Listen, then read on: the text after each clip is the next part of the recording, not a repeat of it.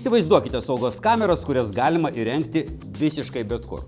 Kurioms nereikia jokių laidų, nei interneto, nei maitinimo. Joms nereikia net belaidžio Wi-Fi tinklo, tad veiks ir apie neprašytus svečius praneš net ten, kur nėra nei interneto, nei elektros kabelių.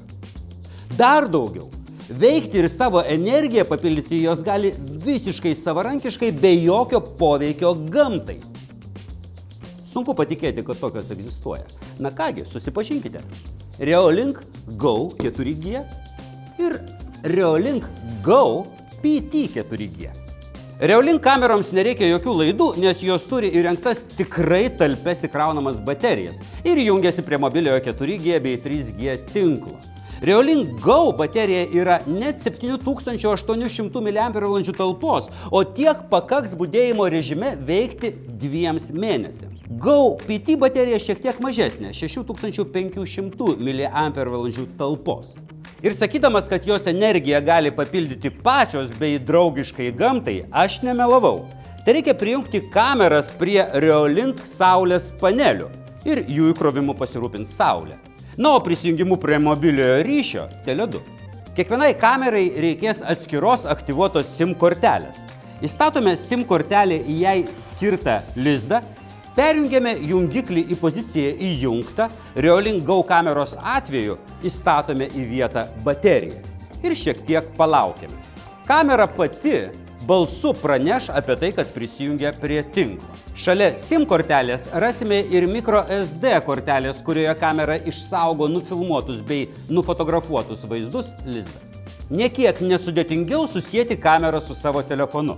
Įdiegiame Reolink programėlę, atvėrę ją dešiniajame viršutinėme kampe paspaudžiame pliusiuką prijungti naują įrenginį ir telefonu nuskaitome ant kameros korpuso esantį QR kodą. Lieka sukurti prisijungimo slaptažodį, suteikti šiai kamerai vardą ir viskas. Jau ką, o parengti Reolink darbui ir prijungti prie Tele2 tinklo tikrai labai paprasta.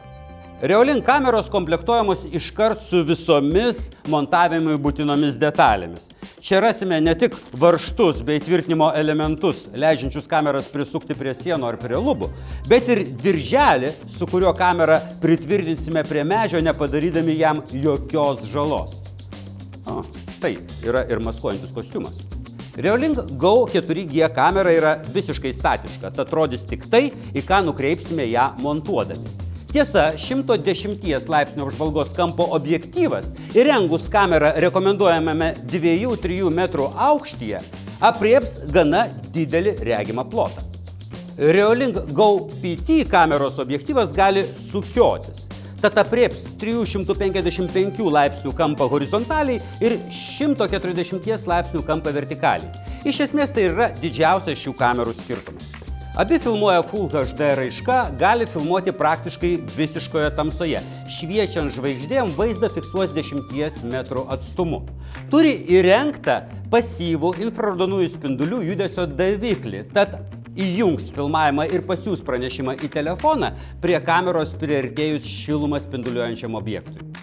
Būtent todėl kamerą geriau tvirtinti ten, kur nėra nuolatinio judėjimo. Kitaip pranešimus į telefoną gausite dažnokai, o ir nuolat aktyvuojamas filmavimas greitai iškraus bateriją.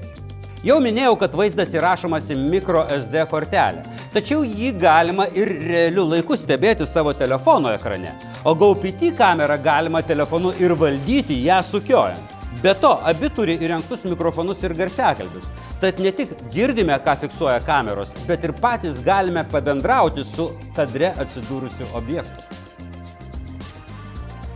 Taigi, kaip matote, visos išvardintos savybės tikrai yra tiesa. Jokių laidų, jokio Wi-Fi, jokio elektros tinklo ir puikus vaizdas. Reolink pasirodė paprastai parengiamos darbui, montuojamos ir valdomos kameros. Tad puikiai tiks tiek tokiai sodybai, tiek tolimo miško ar pelkės gyvenimui stebėti.